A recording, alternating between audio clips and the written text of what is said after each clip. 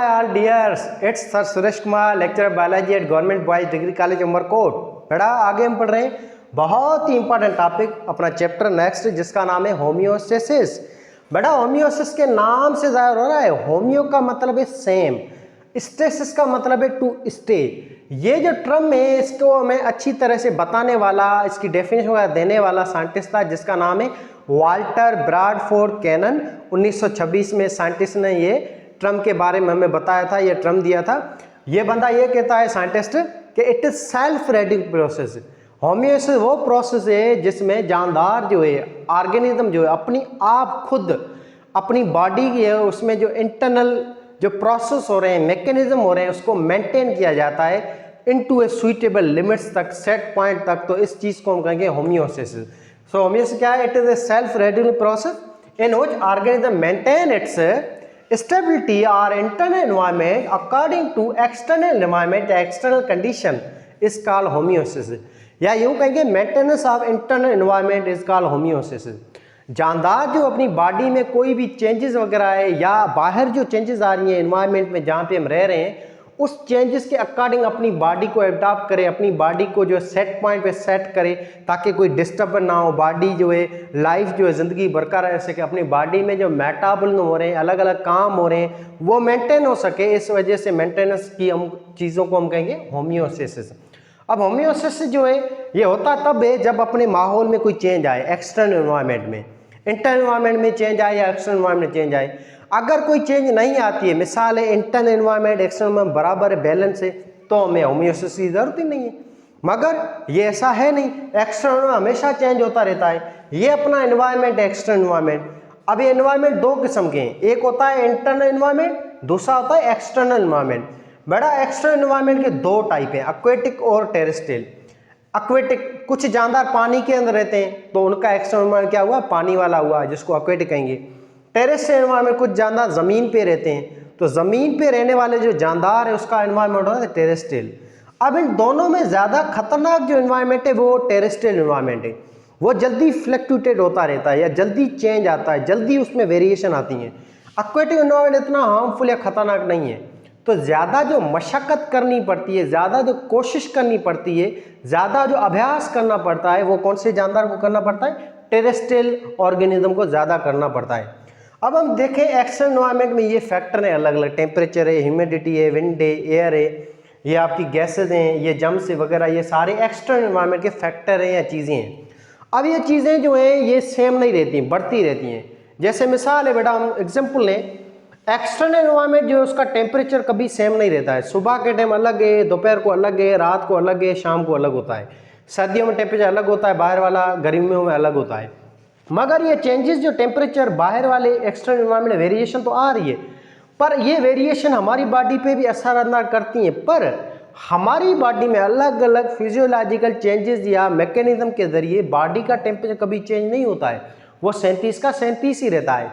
ऐसा नहीं होता है कि माहौल का 50 सेंटीग्रेड हो गया बाहर गर्मी में और हमारा बॉडी का टेम्परेचर 37 हो जाए या 50 हो जाए, बढ़ जाए तो हमारी डेथ हो जाएगी। हम 42 सेंटीग्रेड से ज़्यादा बर्दाश्त ही नहीं कर सकेंगे अपना बॉडी का टेम्परेचर। 42 सेंटीग्रेड से ऊपर जैसे टेम्परेचर होगा तो हमारी डेथ हो जाएगी। हमारी बॉडी में जो मैकेनिज्म हो रहे हैं, प्रोसेस हो रहे हैं, जो प्रोटीन के मालिक्यूल होते हैं, एंजाइम करते हैं, वो एंजाइम सारे डीनेचर हो जाएंगे, मर जाएंगे। तो इस चीज़ से बचने के लिए आपका ब्रेन, आपकी बॉडी, आपके ऑर्गन क्या करते हैं? होम्योस्टेसिस करते हैं, ये कंडीशन को सेम रखते हैं। सिंपल हम लफ्ज़ों के बाहर मिसाल है, अब सर्दियाँ आ गई हैं, अब यहाँ का टेम्परेचर माइनस हो गया है, या मिसाल 10 सेंटीग्रेड है, या बाहर का टेम्परेचर 0 सेंटीग्रेड है। अब ये टेम्परेचर जो है बाहर वाला 0 है तो अपनी बॉडी पे भी असर होगा इसका। एक्सटर्नल एनवायरनमेंट चेंज हो गया है, अब सर्दियाँ आ गई हैं फुल, तो सर्दियों को डिटेक्ट कौन करेगा? बेटा अपने रिसेप्टर होते हैं, अपने कंपोनेंट होते हैं रिसेप्टर। ये रिसेप्टर बाहर वाले एक्सटर्नल एनवायरनमेंट की इस कंडीशन को, वेरिएशन को कंटिन्यूसली डिटेक्ट करते रहते हैं। फिर ये रिसेप्टर जो है यहाँ से मैसेज देंगे आपके ब्रेन को। ब्रेन आपका क्या है? कंट्रोल सेंटर, मेन ऑर्गन है। मेन जो होम्योस्टेसिस करने वाला, कराने वाला जो कमांडर है, हुक्म देने वाला है, कोऑर्डिनेट कंट्रोल या होम्योस्टेसिस कराने वाला ऑर्गन है, वो कौन है बेटा? ब्रेन होता है, जिसको हम कंट्रोल सेंटर कहते हैं। ब्रेन है, ब्रेन के बाद आपके ग्लैंड्स हैं, हार्मोन्स हैं, ये कंट्रोल सेंटर्स हैं। अब ये ब्रेन जो है ये अब ये चीज़ को डिटेक्ट करेगा, भाई ये तो अब सर्दी है, बाहर तो टेम्परेचर माइनस लगा पड़ा है, जीरो लगा पड़ा है। अगर अभी कुछ कोशिश या कुछ जुगाड़ या कुछ प्रोसेस कोई में तब्दीली में ना लाई गई तो क्या होगा, अपना बॉडी का टेम्परेचर भी जीरो हो जाएगा, डेथ हो जाएगी हमारी। तो इस चीज़ के बचने के लिए, टेम्परेचर को मेंटेन करने के लिए ब्रेन फिर मैसेज देगा आपके अलग अलग ऑर्गन्स को। जैसे यहाँ पे ऑर्गन देगा स्किन को, स्किन क्या करेगी, यहाँ पे स्किन इफेक्टर होगी, यहाँ पे इफेक्टर जो है वो है जो आपके रेस्पॉन्स शो करेगा। अब स्किन यहाँ पे क्या करेगी बेटा, स्किन के अंदर जो खून की नालियाँ हैं वो सारी डायलेट हो जाएंगी या कंस्ट्रिक्ट हो जाएंगी। कम से कम खून आएगा आपका सर्दियों में चमड़ी की तरफ, ताकि हीट लॉस कम से कम हो। आपको भूख ज़्यादा लगाएगा आपका ब्रेन, इस वजह से ज़्यादा हम खाना खाएंगे, गर्म चीज़ें खाएंगे।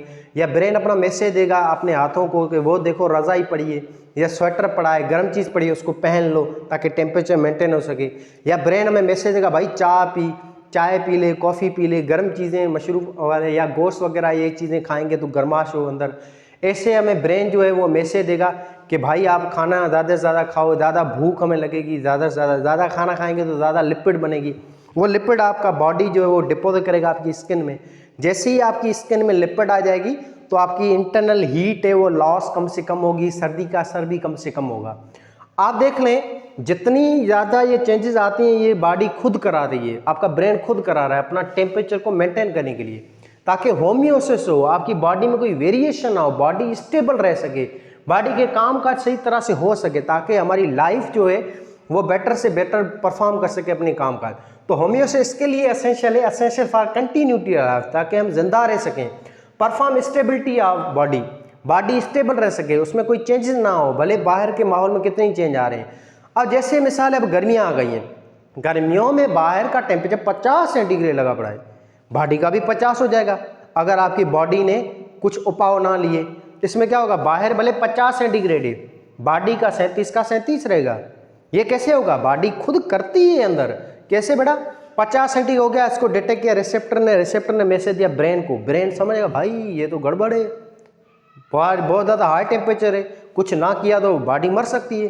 अब ब्रेन क्या करेगा, ब्रेन अभी मैसेज देगा फटाफट आपके इंटरनल ऑर्गन्स को। फिर इंटरनल ऑर्गन क्या करेंगे, आपकी ब्लड खून की नालियाँ हैं वो वेजो डायलेट हो जाएंगी, सबसे ज़्यादा खून आएगा आपकी स्कर्ट मसल में और आपकी स्किन की तरफ ज़्यादा से ज़्यादा। यहाँ से स्किन अपना काम फटाफट शुरू करेगी, पसीना लाएगी, पसीना आएगा तो आपका टेम्परेचर मेंटेन होगा, ज़्यादा से ज़्यादा गर्माश बाहर निकलेगी, ज़्यादा से ज़्यादा जो है पानी बाहर निकलेगा। ये पानी अंदर आके चमड़ी पे डिपोज होगा जो आपकी स्किन को ठंडा रखेगा, कूल करेगा, ताकि ये टेम्परेचर बढ़ ना जाए जिस्म का।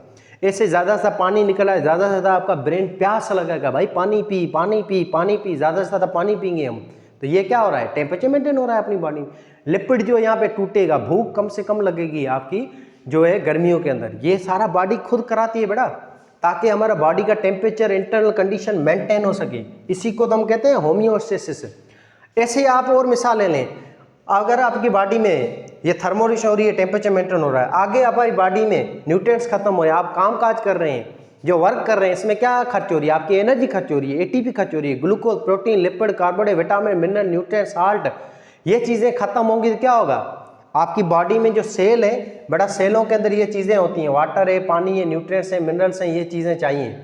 अगर ये खत्म हो जाता है पानी, तो पानी खत्म होगा तो यहाँ पानी का मैसेज कौन देगा, रिसेप्टर मैसेज देंगे या आपके ब्रेन को।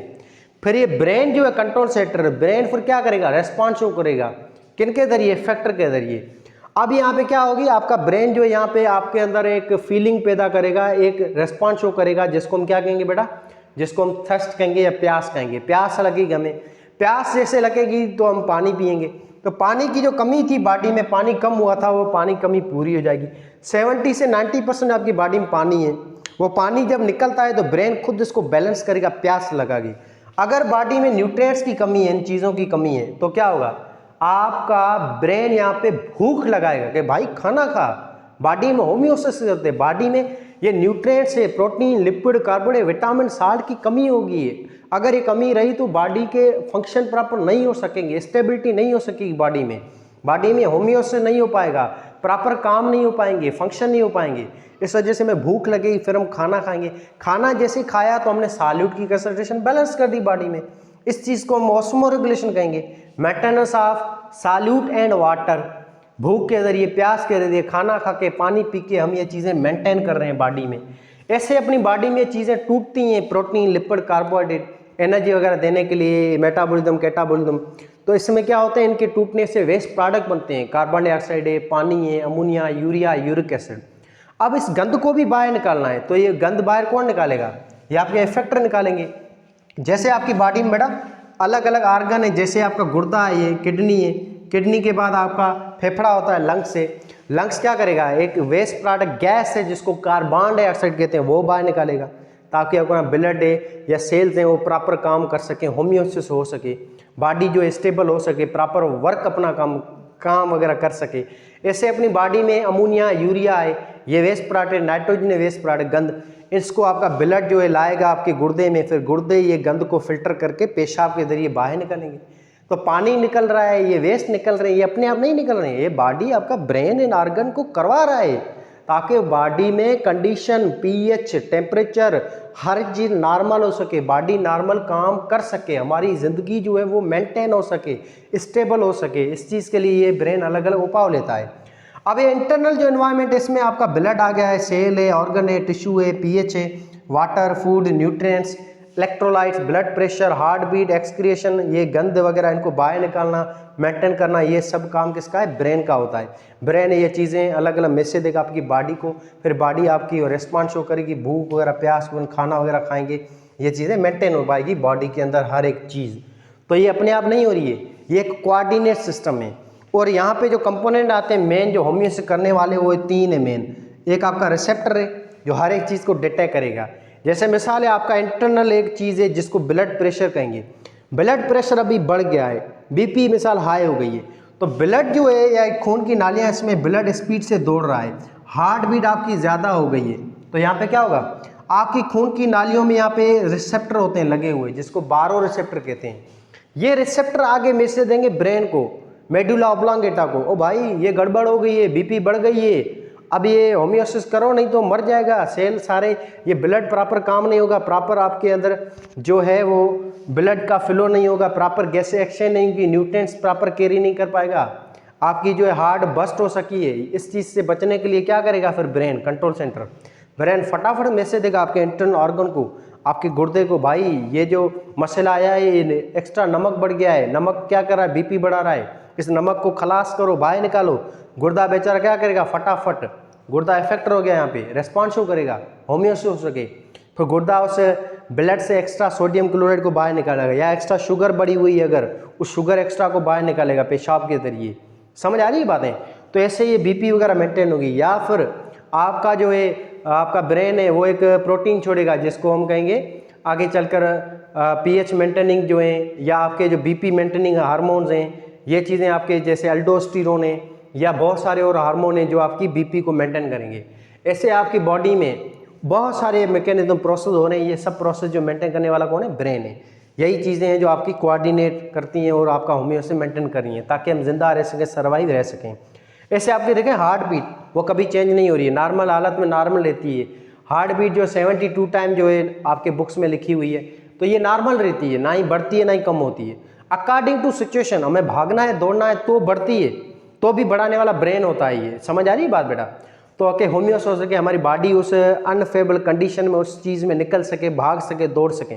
आपकी बीपी नॉर्मल है, आपके अंदर शुगर लेवल नॉर्मल है, आपके अंदर protein, lipid, carbohydrate, water, solute, vitamin, minerals की कंसंट्रेशन नॉर्मल, ये नॉर्मल सारा कौन रख रहा है? ये चीज़ें मिलके नॉर्मल रखती हैं ताकि बॉडी में हर एक चीज़ सुइटेबल लिमिट, सेट पॉइंट या नॉर्मल पॉइंट में रह सके, बॉडी में प्रॉपर काम हो सके। अच्छा, पीएच मेंटेन हो रही है आपकी बॉडी में, पीएच अगर चेंज होगी तो प्रॉपर एंजाइम काम नहीं करेगा, हर एंजाइम को पार्टिकुलर स्पेसिफिक ऑप्टिमम पीएच चाहिए। वो पीएच मेंटेन हो रही है आपकी बॉडी में, वाटर कर रहा है, बफर कर रहे हैं, आइंस हैं, साल्ट हैं, म्यूकस है, ये सारी चीज़ें पीएच मेंटेन करते हैं ताकि बॉडी में प्रॉपर काम हो सके। तो ये क्या हो रहा है, इतना बड़ा ये सिस्टम है बॉडी में जो आपकी बॉडी को क्या कर रहा है, होम्योस्टेसिस कर रहा है, कंडीशन को नॉर्मल रख रहा है, नॉर्मल हो रही हैं चीज़ें ताकि हमारी बॉडी जो है वो प्रॉपर काम करती जाए, हमारी लाइफ सस्टेन हो सके, हम जो अपनी ज़िंदगी अच्छी से अच्छे, बेटर से बेटर तरीके से गुजार सकें। अगर अपनी बॉडी मिसाल है बेटा कोई रिसेप्टर ना हो, इफेक्टर ना हो, कंट्रोल सेंटर ना हो, तो क्या हो, फिर होम्योस्टेसिस होगा ही नहीं। फॉर एग्जाम्पल ब्रेन पड़ा है आपकी बॉडी में, रिसेप्टर ना हो, ब्रेन को कैसे पता चलेगा कि बाहर क्या हो रहा है, बॉडी के अंदर क्या हो रहा है?